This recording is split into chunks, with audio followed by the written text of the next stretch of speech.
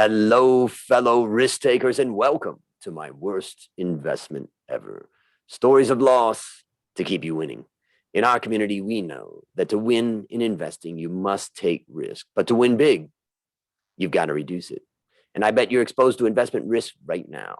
To reduce it, go to myworstinvestmentever.com and download the risk reduction checklist I've made specifically for you, my podcast listeners, based on the lessons I've learned from all my guests.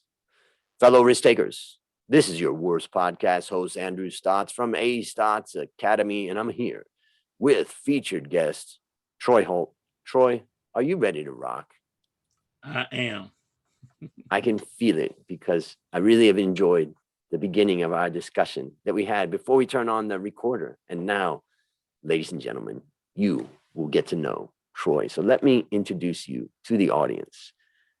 Troy Holt's more than 20 years of experience as a sales and account executive has led to his success in the areas of business growth, development, and financial planning.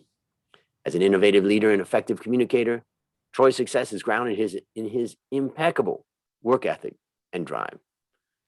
Troy's expertise allows him to work as both a financial educator and as an independent coach, speaker, and trainer. Troy is also a co-author of an Amazon best-selling book and is the host of a growing podcast called Troy Talks. He serves as the chief encouragement officer of his Troy Holt Consulting company. Troy, take a minute and fill in any further tidbits about your life. Well, first of all, I want to say thank you, Andrew, for allowing me to come and be a part of this great podcast, The Worst Investment Ever. I told him he was genius in coming up with the title and the substance that he's and the theme that he's working with. But a little bit that Andrew didn't cover me, so I'll tell a little bit personal about me. I've been married this September. If I make it to see that, my wife and I, 30 years. We have a 27-year-old son and 3 grandchildren. And I just love people. I really get energized by connecting with people. So that's just a little personal about me. Many people don't know, but one of my greatest accomplishment is being married to my wife and happily married, going on 30 years. There's a difference too, right? Yes. There are some people that have been married for 30 years, right, but the word happily is not necessarily what they would call it. So that I tip my hat to you. Thank you. That's not an easy thing. I know. Yes, it's not. It's a challenge, and yes, that's great. Now, one of the questions I have is that this feeling that you have of connecting to people, and I can feel just from the moment we started talking that I can feel your sincerity in the way that you talk and share. Right. Has it always been that way? Were you always a person that really got energized with other people, or have you changed over the years? Just tell us a little bit of your youth or your background in relation to that. Yeah. Little story. Growing up, I never thought myself as a leader. And I always thought a leader was somebody that had a position or a title. And so I started doing some research, and I'm a John Maxwell coach and speaker. And I remember John Maxwell, his definition of leadership is nothing more influence, nothing more, nothing less. So I remember I was about 18 or 19. I decided I wanted to have just a group. It wasn't a gang. It was just a group of young people, young guys. And we were just going to get together and hang out and do some positive things. And I was the one that say, hey, let's get together. Let's do this. Let's have a president. Let's have a treasurer. My mom even got involved. And, people listened to me and they follow, my ideas and instructions. And it dawned on me when I got older that I was leading then, but I just didn't realize it. And so I've always been that person that have always loved to influence people to do what's right and do things that are positive. So yeah, it's always been a part of my DNA. That's beautiful. That's Yes. beautiful to hear. Well, now it's time to share your worst investment ever. And since no one ever goes into their worst investment thinking it will be, tell us a bit about the circumstances leading up to it, and then tell us your story. Yes. So the circumstances with me was I was working at a retail store as a sales rep, and I ended up, well, let me go back. So April of 2014, my mom passed, and my mom, she passed at 62, and she was not uh, sick, as she was on her last leg. She was, living. She did have some health ailments, but she was working. Now she was actually off work because there was some snow and she slipped and fell and broke her wrist. So she was off from work short term because of that. So my mom passed unexpectedly. Well, I was working this retail job and had been working there at that time, I guess about 11 years.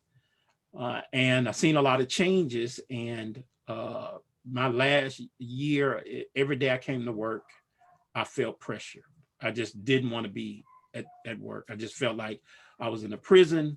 I ended up going to the doctor, basically, say, hey, look, I'm diagnosed you with anxiety.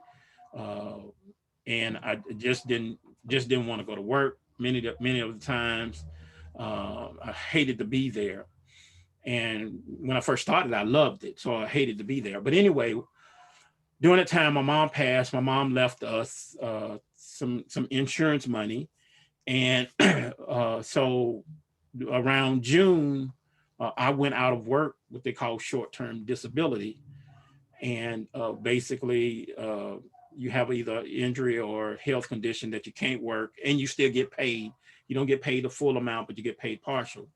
So I think I was out 30 to 60 days, and I got my first check, and you can stay out for a total of 6 months. So I went back to my doctor, and he said, well, he said, anything changed? And I said, no, I'm still having the anxiety and things like that. So he said, well, we extended, and we'll come back. Submitted my paperwork, to get paid again. They denied it. And so I kept trying to, trying to appeal it. And so what I said, my goal was, okay, since I'm dealing with this, I would, if I had to, I was just draw short-term disability for 6 months. Hopefully by that time, I would find me a new job, something that I could enjoy and paid decent money, at least what I was making. Well, my mom passed, and my mom left the money. So around December of that time, I put in my resignation because they denied me, and they denied the appeal to get the short term. I put in my resignation and to leave.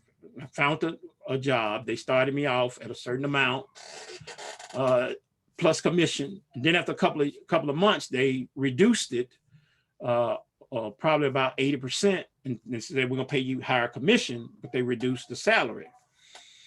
And so my salary was basically, it was enough to pay the health insurance for me and my wife and pay taxes. And after that, just didn't have anything. That was basically what it's covered. So I worked that job about a year and a half, 2 years, and the sales process was long because I was selling VoIP telecommunication systems. So many times the process was long. So I'm still living the same life, same expenses as if I was bringing in an income, thinking that, okay, I'll close a deal, thinking that I'll generate some with some deals, but not thinking about I'm still, this money is the reserves is drying up. And it went on for months. And I didn't close all that time. I did a lot of prospecting and working deals, just didn't get anything closed. Long sales process.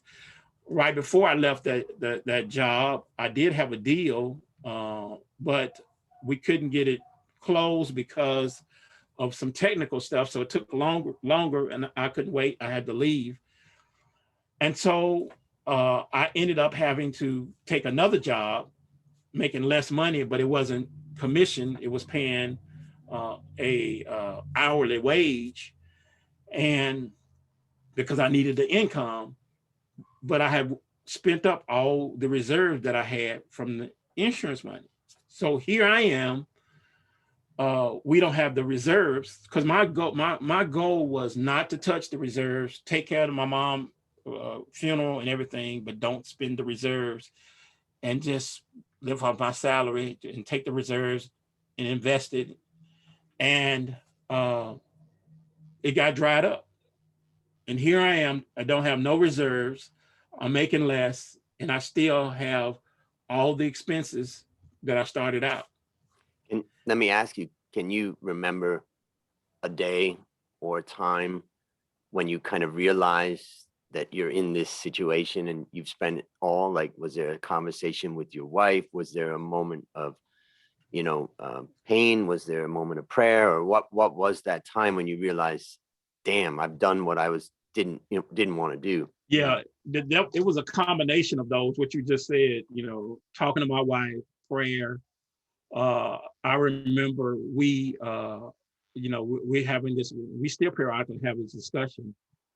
We hate, matter of fact, a couple of days ago, we hate that we had that money. And, again, my whole intention was not to touch it.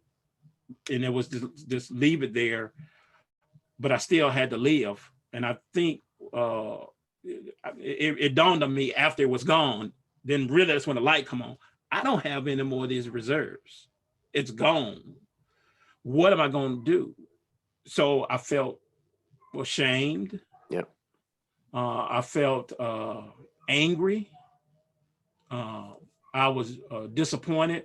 I felt, in a sense, like, why is everybody else being blessed and I'm struggling here? And I was trying to be wise and do what's right, but it didn't happen for me. So I'm having all these emotions, trying to explain to my wife, well, what happened? Hey, we were living the same lifestyle. We didn't make any changes. We didn't make any adjustments. So, we've had this conversation many times, but however, lesson learned. One of the biggest lessons is when you get in that position like that, to really stop and think and don't let it go months, because I kept saying, okay, so next month, I'm working on this, so hopefully I'll close a deal and I'll get that income. And next month went to month 2, and then month 3, and month 4. But I'm still got responsibilities. And so it just went spiral downhill. Yep. And what would you say was the bottom, the worst day?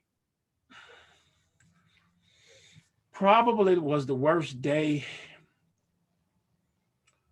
was when I had to take a job and go back to retail sales. That's probably was my worst day. So because the job that I had was outside sales, Yep. the one that wasn't paying me much, and I had the freedom. So now I got to go back into retail and be subject to someone and don't make a lot of money, but be subject to retail. So that's probably my worst time, because I'm like, oh man, I got to go back to being on a clock and have people, tell me when I can go and when I can't go. Yep. Now, the thing about this story is, there's so many millions of people who are in this situation right now. Right. They've been drawing down whatever savings they had. Mhm. they've been losing jobs or struggling because of this pandemic situation and all that. Mhm. So I want you to think about those people out there, and I want you to go through the lessons that you learned from this experience. Yeah, one of the lessons I learned is that through the ordeal, um, and I told Andrew this. I'm a man of faith. So one thing I learned is God is my source. That was probably the biggest lesson I learned. Whether I have a little or a lot, it can be gone away quickly. And don't forget that God is the source and the provider.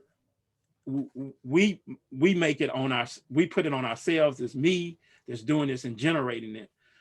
But God showed me that the biggest lesson was He is the source, because He sustained us even though we lost it. He Mm, sustained us.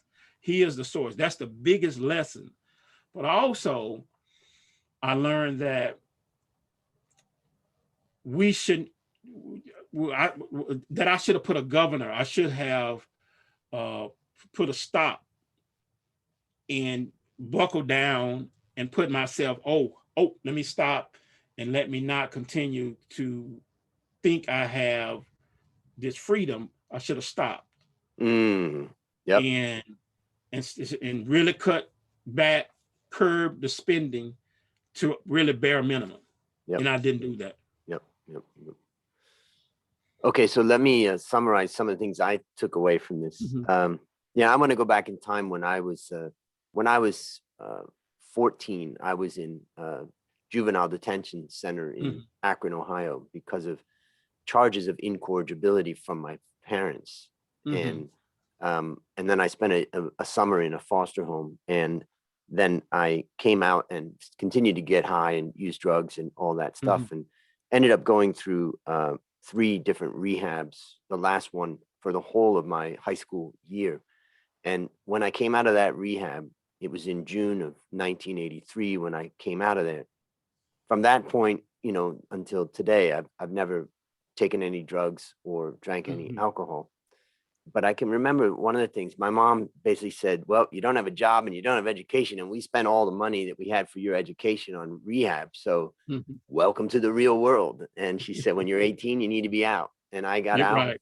and I went to work in a factory in a production, line. And it was tough. I had to ride my little moped like an hour to get there every day. Mhm. And I had to go to the church at times to get food. And I was on food stamps for a period of time. During that Mhm. time, I was making, minimum wage. It was tough and I didn't have anything, but I had sobriety. And Right. Yeah. sobriety meant I went to 12-step meetings in Mhm. Akron, Ohio, where I was living. And I had my friends from those meetings and my sober friends that we hung Mhm. out, maybe a little bit like I had a little crew, like you had a crew. And every day I look forward to spending time with them and just spending quality time. Mhm. And I had nothing, and I had no hope that I would be able to go to university or anything like that. That was Mhm. out of my mind. And the point that I come back to is that the one thing I really, really had was happiness. Yeah. I didn't have any possessions. Right. I just had happiness, Right. and I had satisfaction. Like I was living a good life, and I was getting Mhm. closer to my friends. The reason why I raised that is because later in my life, when I was in Thailand, the 1997 Asian crisis happened and basically almost lost everything, everything. Mhm. And I was living in the factory of one of the businesses that my best friend from Ohio, who was there running it, we were Mhm. living in the same factory there trying to survive after I had Okay. lost my job and our business was about to crash. And basically, I was faced with another situation that I had lost almost everything. Now, the difference was I had a little bit more education and a little bit more Right. experience than Mhm. I did when I was 18. But I can't tell you how peaceful it was for me to be able to look back and realize that my happiness does not derive from money. Yeah. And so I go back to what you said, God is my source. Yeah. I think for the listeners out there, when we're losing it all and it seems hopeless and helpless and we don't see a way out, just remember that money is not the source of happiness. It's true. God is our source, and also you and your family and friends and your relationships are the key to happiness. And I've gone through my whole life, including this latest crisis, knowing that at times I've had to just get down on my knees and give up. But also what I've said to myself is that nobody. So when you have either God as your source or you're feeling like you have your close relationships with family and friends, nobody can take that away from you. That's true. So that's my first takeaway. And the second takeaway is that there's times in our lives where we don't want to have to deal with it, but we must. True. If we're going to survive and if we're going to thrive. And when the crisis came, with the pandemic and the economic shutdowns, which happened across the world, which have now pushed more than 150 million people into poverty across the whole world. True. I'm very much against the idea of just locking everything down and saying, that's terrifying to me. And so when it all started to happen, I decided that I was going to improve myself and improve my online courses and expand that part of my business. And I basically spent the last year running at a very fast pace because I knew if I didn't do it, it's not all going to be there. And so, what I want to tell the listeners out there, and this is part of what I take away, is that you said the second lesson is that, you didn't stop and cut costs. So ladies and gentlemen, I really want you to learn from this, that when it gets real and you realize, this is a ticking, time is ticking. Right. Yeah.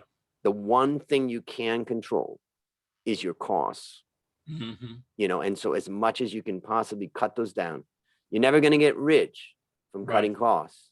True. But the point is, there's times in our lives where we just need to survive. So those are some of the things that I take away. Is there anything you would add to that? Yeah. And I want to echo what you said about money doesn't bring happiness.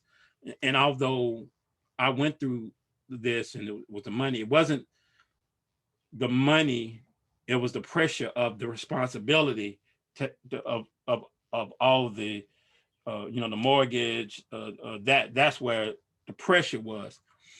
But again, I thought about when you said money doesn't bring happiness, and for those that are listening, in the US and international, think about many of the superstars, entertainers, athletes, people that that you looked up to, that were rich, and they committed suicide. Yeah, I always think of Robin Williams, a guy that I thought about him too. everything. Yeah, Everything. he had everything. Yeah. He was a class. I was thinking about him too when you were saying that he was one of the ones I was thinking about. Robin Williams was one, the classic one, and so the money and the fame and the fortune didn't bring him happiness. Michael Jackson, didn't bring him happiness. Whitney Houston, the money, the fame, the fortune didn't bring them happiness. And so we just have to keep that perspective in mind, that make money our tool, but not our master. And if we can do that and use it as a tool, make it your servant and not your slave, don't be a slave to it, then we could do great things with it and bless other people in the process. Beautiful. So based upon what you learned from this story and what you continue to learn, I now want you to think about a young man or woman listening to this right now who is starting to slide down that slope. What one action would you recommend our listeners take to avoid suffering the same fate? The one action I would recommend is for them to stop and cut the expenses. It's only temporarily. It's not going to last always. Just stop and cut the expenses. So, it's basically what you want to do is stop the leak. You have a leak, a plumbing leak, and you need to stop it till you can get it fixed. And just do that, and you can survive. And another thing I want to add is you can get through it. It may be tough, it may not be easy, but you can survive and get through it. that's, I think, a great lesson that you bring to us, is that through faith, through, staying, you kept your marriage alive, Yeah. and all of that. All of us will make it through it. And I think there's a great passage, this too shall pass. Yes. Yes. Definitely. Yep. So last question, what's your number one goal for the next 12 months?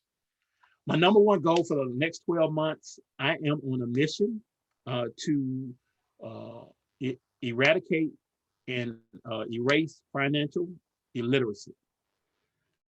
That's my goal, is to educate family and individuals on financial illiteracy. It's huge, and using some of my experience and also some of my professional experience. That's my goal, is to educate people on how money works. Beautiful.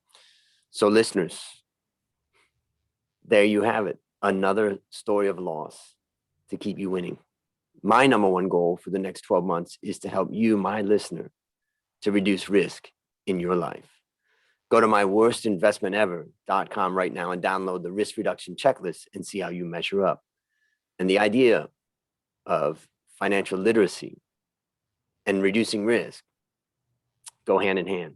So as we conclude, Troy, I want to thank you again for coming on the show. And on behalf of A Stotts Academy, I hereby award you alumni status for turning your worst investment ever into your best teaching moment. Do you have any parting words for the audience? My only parting words is, as I said earlier, you can get through it. Even if you have to reach out to someone and just have a conversation and talk with them, get prayer, get encouragement, do that. Especially if it's a man. Many times we let pride get in the way and we want to handle it all. But sometimes we need to let somebody know, hey, this is what's going on. I just need to talk. I need to get it off my chest. And it's okay to do that. That's a great way to end it, ladies and gentlemen. If you're facing trouble, pain, financial hardship, find someone you can trust and just grab them and talk to them about it. And sometimes just that process is enough to relieve that pressure that Troy has been talking about.